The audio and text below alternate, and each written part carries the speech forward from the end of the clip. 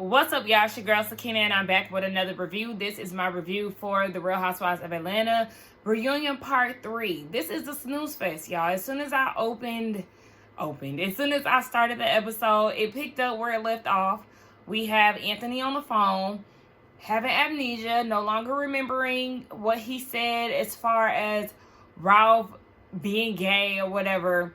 He doesn't recall saying that, but now he thinks that Drew needs a storyline. So Andy politely hangs up. Did y'all peep how Marlo, he hung up like Kenya. Like, okay, she don't fool with you, so stop mentioning her name.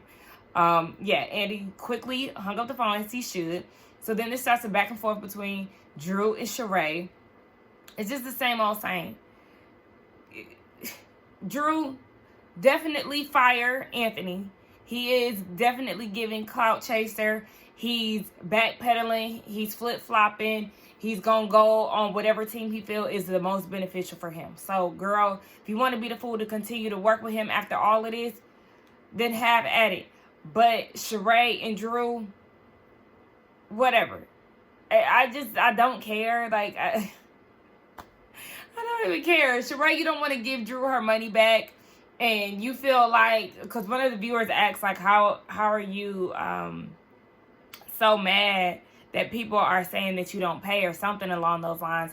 And Sheree is like, I'm not mad. Because they was like, why are you mad? Why you feel like Kandi shouldn't be mad about the whole sucking dick thing, but you still mad at people saying that you can't pay? And she's talking about, I'm not mad, it's just a joke or whatever. But no, you are mad. And you don't pay. They keep going back and forth. Bottom line, Sheree and Drew, one of the viewers asked Sheree, don't you think it's hypocritical that you tell Kandi that she can't get mad for supposedly sucking dick in the locker room, but, you know, you still get upset because people say that you don't pay? And she was like, I don't get mad. I just think it's old. Like, it's old content. No, it's very still, it's still fresh. It's not stale. It's a running joke, but it's a running fact. There's a lot of people who are saying that they have not been paid by you. And Drew, one of your castmates, showed, you admitted it here at the reunion, and you admitted it at the birthday scene or whatever that you and Drew had. You didn't want to pay her because you felt like she was doing too much or she went over her budget or whatever, but you didn't even want to hit her up to add any contributions. Girl, just be quiet with your broke ass. You cheap, you don't pay. That's just a known fact at this point. For real, I don't even care to talk about their segment anymore because they start talking about Fatum and all of that. Yes, Drew had the right energy for Fatum. They also feel like Drew's feelings, or Sonya was saying that she feels like Drew's feelings were misplaced and that she actually needed to be mad at Anthony instead of Fatum. But you can be mad at both of them because Fatum, yes, she may not have been the one to say that Ralph was gay, but she was the one that was running background checks and things of that nature when you don't even know Drew like that. It was definitely too far. It was over the top. It was Fatum looking for a moment. And yeah, she would have got cussed out. And I felt like Drew handled her as she should have in a lot of those scenes that they had together, with the exception of the doggy bone, because I felt like that doggy bone situation was so flop. It was so just extra. So yeah, when it comes down to Drew and Fatum, I'm definitely team Drew when it comes down to it, because Fatum, bitch, please get away from us with this. So the husbands come out, and all already know, all that I can think of was Ross in that all white with a little gray in his goatee. Is that a goatee? Beard. Hell, whatever it is, his facial hair, okay? Looking like a motherfucking entree, okay? I said, come on, Ross. Just fine as hell. Teeth white and pearly, melanin bouncing off the white suit, just the gold accents, baby. Okay. So the guys, they hang out a lot. They even kicked it in the lobby until like 6 o'clock in the morning. Kandi was in the lobby getting ready to go to the reunion. And Todd, they still down there parlaying like, excuse me, what's going on? Please go get some rest because I need you to be on time, baby. But anyway, Andy was asking Ross basically like how his parenting has changed since the conversations that he's had with Sonya throughout the season. Basically, he talked to his mama and she's knocked some sense into him. And then Andy was like, you basically went from silent to turning up in Jamaica. Like, how did you feel about Kenya calling you aggressive? And he said that he understood, but he didn't like the word used. They end up talking the next day at the airport, clearing things up, and Kenya is now singing his praises. So then we get into Kandi's segment and how she had the vibrating panties. Ross had no idea that Ralph was controlling Sonya's panties until he watched the show. Like, were you not paying attention to what was going on, sir? How did you not know that? So then they get into the conversation of the assets, her and Todd. They really didn't come to like a conclusion on whether or not the will was actually done or not, or if she decided to make Mama Joyce a part of the decision making. They never gave us an answer for any of that. But as far as Todd remarrying, she was like, no. Because it really stems from like family history where her great-grandmother passed and then her grandfather remarried, and then after he died, his wife had control over the money. So she doesn't want any parts of that, which I understand because she doesn't want it to affect their children.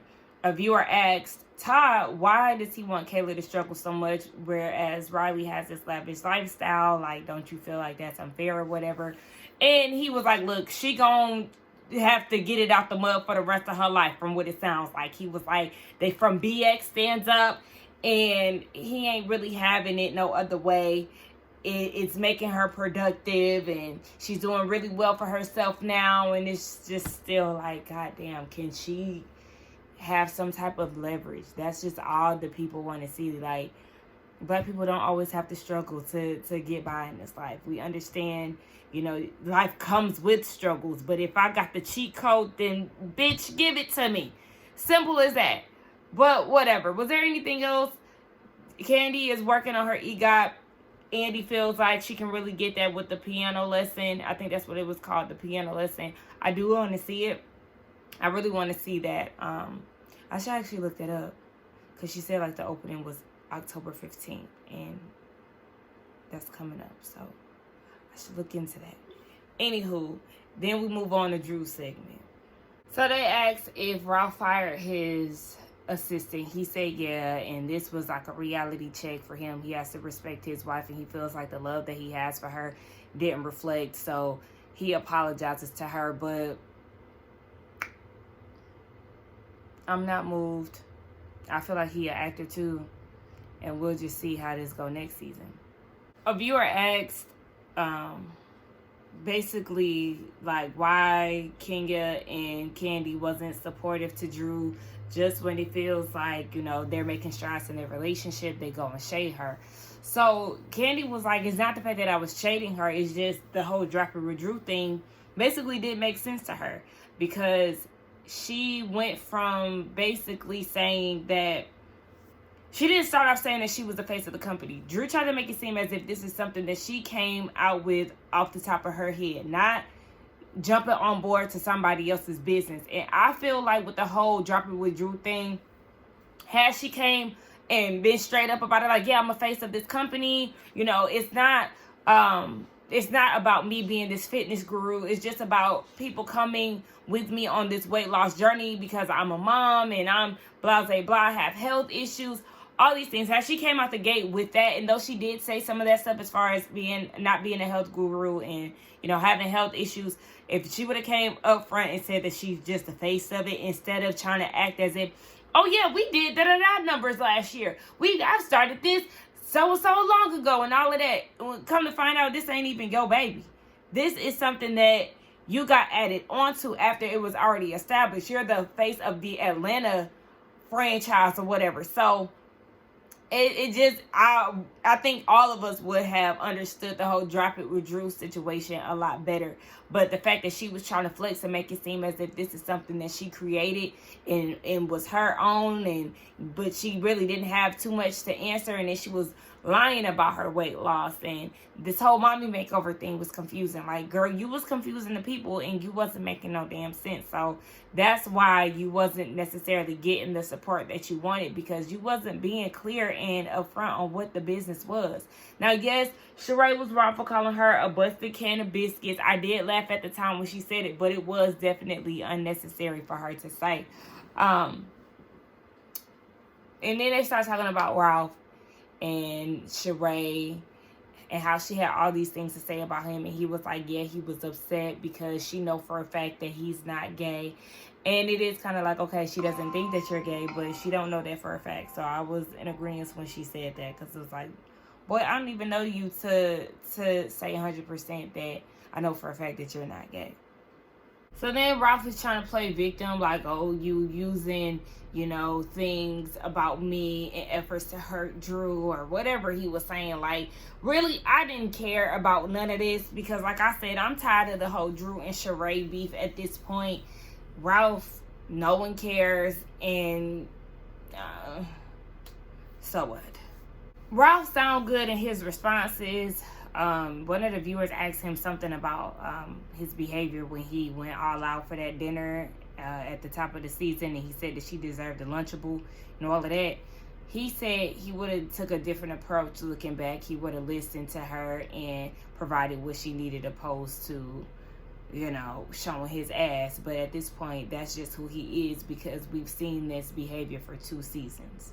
I really didn't care to listen to any more of the Drew and Ralph segment, but they did touch on the Josiah being treated differently, and Drew's explanation was, you know, biologically there is a difference, but Ralph's, I guess, duty is to raise Josiah to be a great man in this world. But I'm like, is he a great man? Is Ralph a great man? From what we've seen on this show, would we say that he would be a good role model by the way that he treats you? Okay. The book, why is he constantly always hiding things from her? That's something that they're working on. They're currently in therapy. They still working with Dr. Kent. They going on a book tour. The house husbands, Ross, Ralph, and Todd. Child. Then Todd talking about first stop is in Tampa. So I was actually saying some funny shit. But Drew and Ralph, I'm done with y'all. So then we get into the Kandi and Marlo friendship history and all of that. Now, the thing that I really want to touch on, it didn't even have anything to do with Marlo and Kandi. It had something to do with Sheree and Kandi, and how they felt as if, I think one of the viewers was saying, like, Sheree, you wanted Kandi to have your back, but basically she didn't have hers, or something like that. And Sheree feels like she don't have Kandi's back to the capacity that she would want her to. Oh, because they were saying that Marlo and Sheree, they expect something out of Kandi that they're not giving her. And Sheree is like, in the beginning, she felt like she was being loyal or whatever to Kandi, but she's not like that currently. My thing is, I was actually glad that, girl, I'm gonna call you back. I was actually glad that Kandi brought up the Kim situation. Because Sheree, you always feel like somebody is supposed to be loyal to you, and you was just so up in arms about Kandi not saying anything about the Drew situation and trying to make it seem as if you and Kandi were just really, really, really cool, and still cool to this day. Y'all only cool, I'm sure, the extent of y'all's relationship is when y'all are on the cast together. And we know that Sheree is the person that's constantly getting fired and rehired. So y'all's friendship throughout the years is strictly on a co-worker basis. So I don't understand why you expect so much out of Kandi when we know damn well you wouldn't give her that same energy. Because just like a lot of people said, Sheree is a friend to no one. So girl, please pipe down. You ain't keeping it in a bucket. You know you full of shit. So then Marlo asked Todd basically how much did she spend to get in the circle. So Todd is like, okay, well, yeah, you was definitely thirsty back then. You paid for your airfare and you paid for your hotel. Basically, the expenses that Bravo would typically cover, Marlo had to pay for herself. And she was asking Andy, and Andy was giving hesitation. It's like, Andy, did you know that she paid for this, or did you just not want to admit it? I don't know if he was just unsure and he couldn't remember, or he didn't want to admit, like, yeah, you was definitely being thirsty. You knew we wasn't paying for that shit, but, you know, we let you come because you paid to be a part of this circle. So you basically bought your way in. Like, you was thirsty enough to pay to get to where you are now. So, or where you was at back then in South Africa with the Housewives of Atlanta. It definitely is giving thirsty. And, I mean, if you got the money, spend it. But Marlo seems to think that if her and Kandi go to London or Paris, they hang in different circles. So basically, what I was getting from it, it kind of gave, like, if I, Marlo Hampton, were to go to London or Paris, they would be on me like I'm Beyonce. Are you happy to be in Paris? Like, type shit.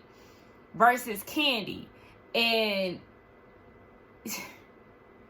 I was with Kenya. Kenya was like, shut up. Like, I was like that too. But to be honest, Marlo is more so known for her fashions. We know London, or we know Paris to be like, you know, a fashion capital, things like that. So she might she might hang around a different crowd compared to Kandi. But it's not as if the way that she was acting was like she has an access that Kandi wouldn't be able to obtain. And I think that was the annoying part. Because it's like, yeah, Marlo, we know you're into fashion and stuff. So you may have very much so, you know, built a rapport with somebody or, you know, certain groups in Paris or in London. But don't act like it's not something that Kandi can't reach. She can reach a lot of heights. Money gets you a lot of places. She worldwide. She can be that way because she also has more money than you. So that's just my thing. Not trying to say that Marlo ain't worldwide. Not as worldwide as Kandi for sure. But, you know, she may be in certain groups, or she might have certain relationships with certain people overseas. So I'm not going to say that that's the lie. But don't try to make it seem as if you're a part of some elite group overseas that Kandi can't get into, or anything along those lines. So then Andy was like, I think it's nice that y'all were able to make nice over a bucket of Jamaican KFC chicken. And Kandi was like, let's not get it confused. It wasn't that easy for me to just get over. But what made her get over it, on top of the chicken, was the fact that Todd was already over it. He really wasn't stunting Marlo like that. And she was like, oh, well, since a lot of the things that she was saying at the table was in regards to her husband, if he's not making a big deal out of it, then she's not going to make a big deal out of it either. And I can appreciate people who are like that, because I forgot what show it was, but it was somebody who was like trying to keep on this beef. And it's like, well, damn, if your significant other doesn't care anymore, then you should just lay low. I understand you may not mess with this person, or you may not fancy them anymore, and that's fine. But to continuously come after them and stuff like that, it's like, damn, they let it go. You need to let it go too. I can't remember what show that was. It is not coming to me right now, but there was definitely a situation on one of those reality shows that I watched, and it was bothering me. I don't know. It's probably going to come to me after I'm done filming, but whatever. It's not that important anyway. So then they wrap up the season talking about it ending on a high note. Sonya's new to Atlanta. She loves the group of girls. Drew is learning to, you know, right her wrongs as far as, you know, whatever. She wants the girls to extend her some grace while she's learning how to deal with some of her flaws. Sheree is an OG. She loves how the girls rallied around her with the whole She by Sheree situation. Kandi said, bitch, I'm worldwide. And that is what it is. Miss Kenya Moore is resilient, okay, coming back from things of the past. And then I can't remember what Marlo said, but this was overall, I feel like this was a more lighthearted season. There was some times where it could have been a little bit more spicy. There were some highlights of this season. I think they could add more friends to the show. Like I said, with Sheree's new interlude, pajama party or whatever, that was definitely a very good crowd of people. Like I said, Fatum was annoying, but she definitely added to that episode a lot. So did Lisa. Mayetta, she really didn't do much as a friend of this show, so I don't know how she would look to come back next year. I wouldn't be mad if she didn't come back. I'm sorry, girl, I love you, but you didn't give what we thought you was gonna give. Like I said before on the season finale, I wouldn't be mad to see this group of ladies come back. I think they could add one more new housewife and then add some better friends of the show that will add to the equation and make it more entertaining. So yeah, that's just my thoughts on this season of the Real Housewives of Atlanta. I feel like these reunions were fucking snooze fest. I definitely believe that.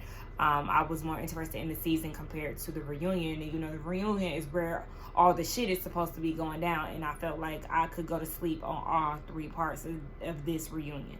Anyway, let's get down in the comments to talk. Be sure to check us out on the Whether You Like It or Not panel tonight at 9:15 Eastern Standard Time. It will be hosted by Really BTV, so check your community tab, set your reminders, and we will see you tonight to talk about the reunion part 3 as well as Friday's episode of Bell Collective. That was the season finale for them. So yeah, I'll see y'all later. Don't forget to like, comment, and subscribe, and I will see y'all in the next one. Bye.